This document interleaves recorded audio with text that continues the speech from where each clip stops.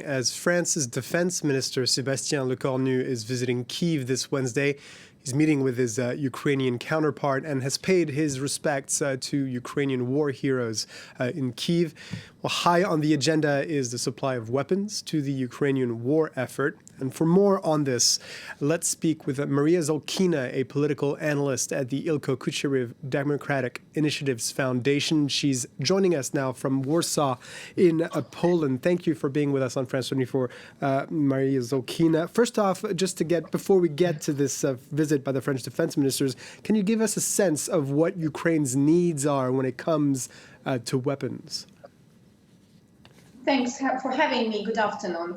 The most urgent needs for Ukraine is an air defense system and anti-missile system. First of all, long-range artillery, because as of now, Russia has adjusted its military logistic to a very famous HIMARS system. So we need something with the range larger than just 70, 80 kilometers. And of course, Ukraine definitely needs more armored vehicles and especially tanks, because as of now, we are entering another phase of this war, meaning more counteroffensive operations, more attempts to liberate Ukrainian territories, and this is hardly possible without tanks. And what do you make in this regard of this visit by the French defense minister, and what do you expect to come out of it?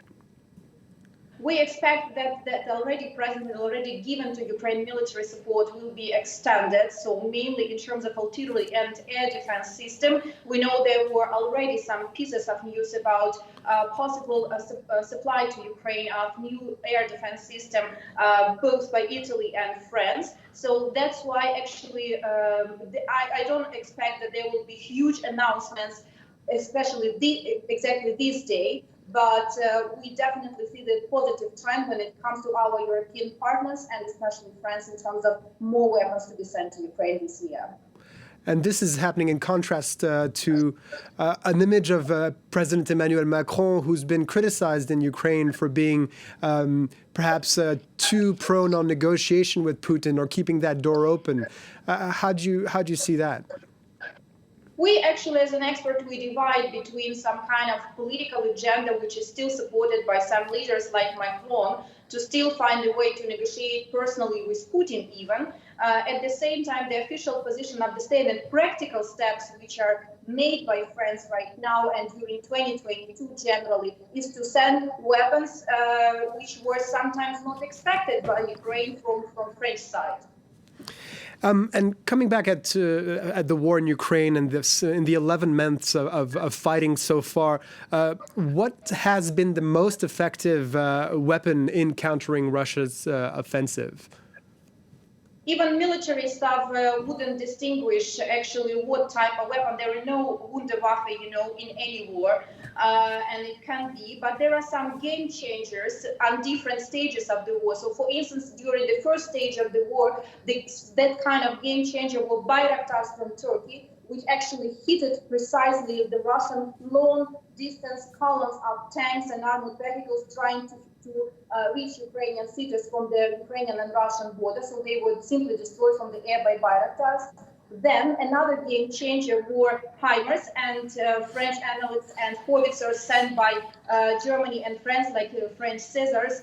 They are used in order to prepare from artillery point of view, to prepare any land operations conducted later in Kyiv or in Kherson region, to deprive Russians of their normal logistic change, let's say, to distract them. And as of now, there is a high time for another game changer, which have to be specific suicide drones from US, a specific air defense system to protect Ukrainian civilian infrastructure, and of course tanks.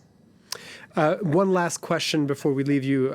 You've worked on reintegration and conflict resolution scenarios for the Donbass since 2014. And considering where we are today, how do you see this conflict being resolved?